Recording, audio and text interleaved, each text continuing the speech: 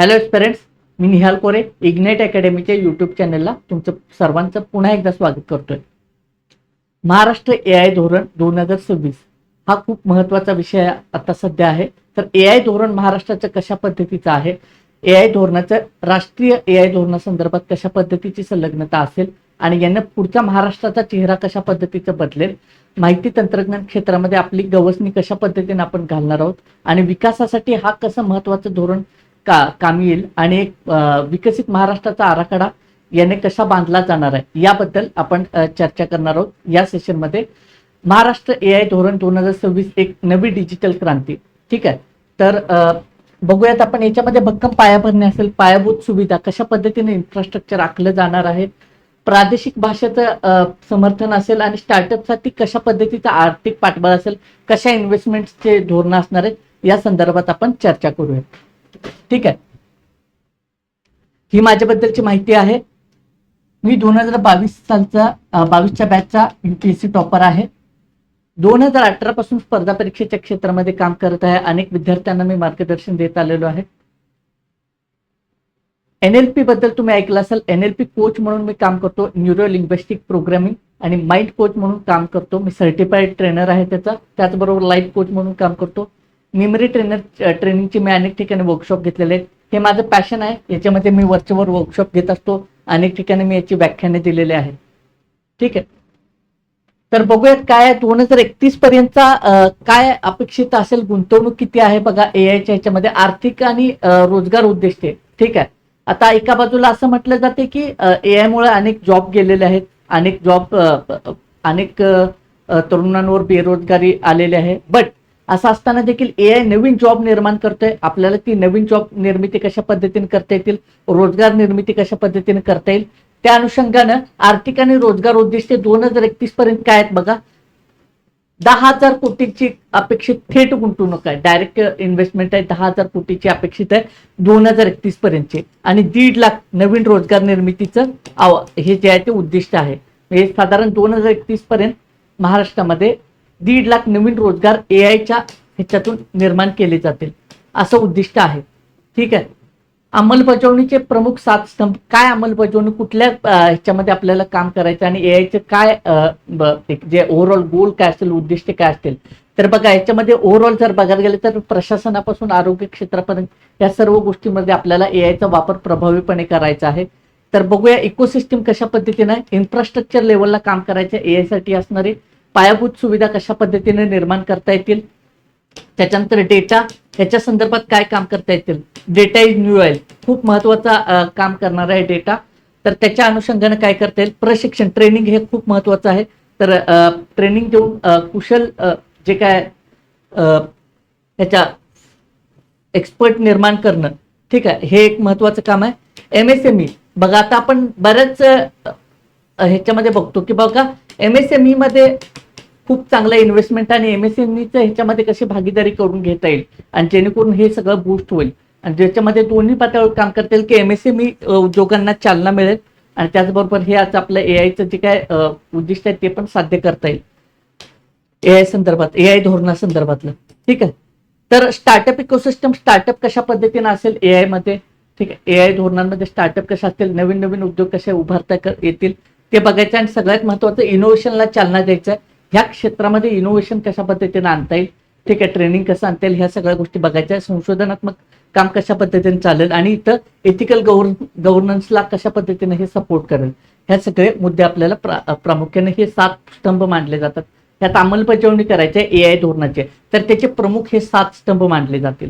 ठीक आहे, लक्षात आलं. म्हणजे ट्रेनिंग टू ऍडमिनिस्ट्रेशन, लक्षात येते. इन्फ्रास्ट्रक्चर आपण असं म्हणू शकतो, इन्फ्रास्ट्रक्चर टू ऍडमिनिस्ट्रेशन. मग मध्ये डेटापासून ते ट्रेनिंग पासून ते MSME आणि इनोव्हेशन ह्या सगळ्या गोष्टी येतील. अशा पद्धतीने ही धोरणाचे जे काही प्रमुख 7 स्तंभ असतील. तंत्रज्ञानाचा पायाभूत सुविधा आणि डेटा. ऑब्व्हियसली इन्फ्रास्ट्रक्चर आणि डेटा महत्वाचा ह्याच्यामध्ये रोल निभावेल. 5 AI सिटीजची निर्मिती केली जाईल. उच्च क्षमतेच्या कॉम्प्युटिंग युनिट्सची आणि शहरांची उभारणी केली जाईल आणि त्याच्या पद्धतीने 5 AI सिटीज डेव्हलप केल्या जातील. 2000 GPU आणि मराठी आणि इतर प्रादेशिक बोलीभाषांसाठी डेटा समेटची निर्मिती केली जाईल. आणि याचं काय स्टेट AI डेटा एक्सचेंज, म्हणजे डेटा एक्सचेंज करणे आणि जे काय ते संलग्नता राखणे इतर भाषांचे, हे उद्दिष्ट असेल याच्यामध्ये, आणि याच्याद्वारे आपल्याला ते काय एक्सपांड करता येईल. ठीक.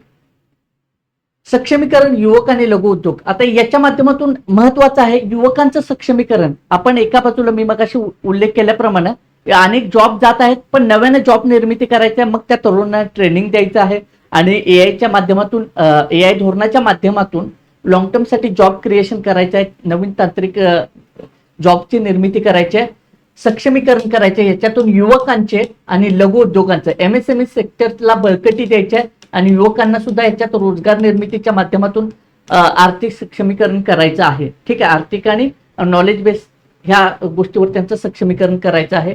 साधारणतः हे काय आहे बघा, 20% सबसिडी 5,000 MSME दिले जाणार आहे. ठीक आहे, MSME 5,000 MSME किती मोठा आकडा आहे बघा, त्यांना 20% पर्यंत सबसिडी द्यायची. कशासाठी? एआयचं तंत्रज्ञान आत्मसात करायचं किंवा AI रिलेटेड काय ट्रेनिंग आणि इनोव्हेशन करायचं असेल तर त्याच्यासाठी 20% पर्यंत सबसिडी आणि थेट आर्थिक अनुदान, म्हणजे 20% आर्थिक अनुदान थेट दिलं जाणार आहे. आणि 2 लाख युवकांना काय केलं जाणार आहे? Maharashtra advance AI training centre मार्फत जे आहे ते एआयचं अद्ययावत प्रशिक्षण दिलं जाणार आहे 2 लाख युवकांना. किती मोठा आकडा आहे बघा, लक्षात येते का? ठीक आहे. भविष्यातील काय स्टार्टअप आणि नवप्रकाश काय असेल बघा, इनोव्हेशन सिस्टम असेल, स्टार्टअप इकोसिस्टम कशा पद्धतीने असेल बघा.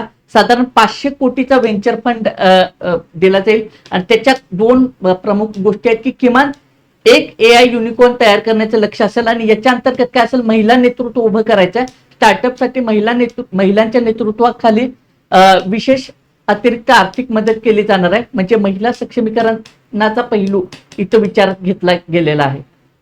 ठीक आहे, ओव्हरऑल आपण म्हणतो की याच्यामध्ये महिलांना विशेष प्राधान्य देऊन महिलांचं सक्षमीकरण कसं करता येईल या AI धोरणाच्या माध्यमातून याचाही विचार केल्याचा आपल्याला दिसून येतोय.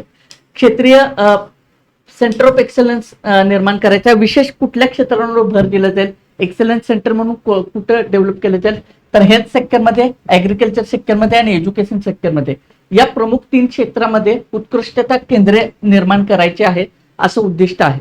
ठीक आहे, लक्षात आलं. हे महत्वाचे सेक्टर आहेत, आरोग्य, कृषी आणि शिक्षण या क्षेत्रामध्ये जे आहे ते एक्सलन्स क्रिएट करायचं आहे. सुरक्षितता आणि नैतिकता, AI प्रशासन, आता याच्यामध्ये काय आहे बघा, सुरक्षितता आणि नैतिकतेला विशेष भर दिलेला आहे. सर्व सरकारी विभागांसाठी मॅन्डेटरी करायचं आहे. ठीक आहे, ऑल गव्हर्नमेंट डिपार्टमेंट्स. दुसरा आहे की AI रेडिनेस ऑडिट्स, AI सज्जता लेखा परीक्षण, म्हणजे आता हे ऑडिटिंगसाठी हे महत्वाचं ठरणार आहे. तिसरा महत्वाचा, पारदर्शकता आणि सुरक्षेसाठी हमी दिली जाईल. अशा पद्धतीने सुरक्षितता आणि नैतिकतेसाठी AI प्रशासनाचा वापर केला जाणार आहे. पुढे राष्ट्रीय संदर्भ, एका मोठ्या क्रांतीचा भाग मानला जातो AI मिशन, आणि त्याची संलग्नता आपण राष्ट्रीय पातळीवर कशा पद्धतीने संलग्नता राखून इंडियन AI मिशन सोबत किंवा इंडिया AI मिशन सोबत त्याची संलग्नता राखून राष्ट्रीय उद्दिष्टाचे सुसंगत राहून महाराष्ट्राला ग्लोबल हब कसं निर्माण करता येईल, global hub for ethical AI बनवण्याचे अंतिम ध्येय आपण ठेवण्यात आलेलं आहे. त्याच्यासाठी स्थानिक पायाभरणी आणि एक जागतिक नेतृत्व आपण कशा पद्धतीने आपण निर्माण करू शकतो, AI मध्ये स्वतःला कसं पुढे आणू शकतो, हे आपल्याला याच्यामध्ये एका मोठ्या लेवलवर, म्हणजे हा मोठ्या क्रांतीचा भाग मानला जातो. ठीक आहे, कारण ह्याचे इम्पॅक्ट जे आहे ते ह्या धोरणाचे खूप लॉंग टर्म असणार आहेत आणि त्याच्यातून निश्चितपणे एक तंत्रज्ञानाला एक वेगळे तांत्रिक युगामध्ये एक आपण वेगळी दिशा घेऊन जात आहोत आणि ओव्हरऑल महाराष्ट्राच्या उभारणीसाठी हे धोरण क्रांतिकारी ठरेल असं वाटतं. ठीक आहे, तर आय होप हे छोटंसं लेक्चर तुम्हाला आवडलं असेल. हे लेक्चर जे आहे ते मुख्यतः तुम्हाला GS2 गव्हर्नन्सच्या मध्ये, ई गव्हर्नन्स मध्ये आणि GS3 टेक्नॉलॉजी, AI अँड ह्या सगळ्या गोष्टी इथे तुम्हाला हे फॉर्डर पॉईंट्स म्हणून काम करतील. एसए साठी तर तुम्हाला हे उपयोगी असेलच. ओव्हरऑल माझे जवळजवळ सगळे लेक्चर सिरीज तुम्हाला एसए साठी काही ना काही फॉर्डर पॉईंट्स मिळत जातील.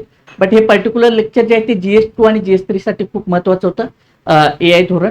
आय होप लेक्चर आवडला असेल, इतर विद्यार्थ्यांच्या पर्यंत शेअर करा. अशा सिरीजसाठी इग्नाइट अकॅडमीच्या YouTube चॅनलला सबस्क्राईब करा. धन्यवाद.